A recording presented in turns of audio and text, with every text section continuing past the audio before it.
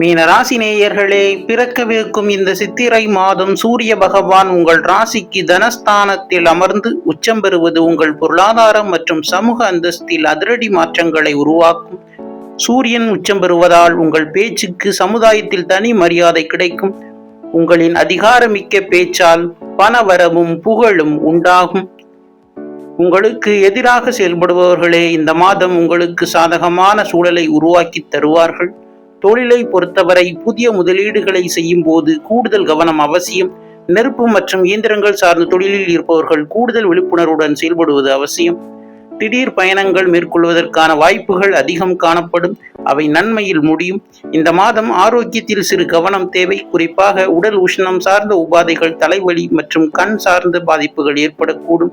முறையான உறவு முறையும் போதுமான ஓய்வும் உடல் நலத்தை மேம்படுத்தும். இதுபோன்ற ராசி பலன்களை அறிய இந்த சேனலை சப்ஸ்கிரைப் செய்து கொள்ளுங்கள். நன்றி.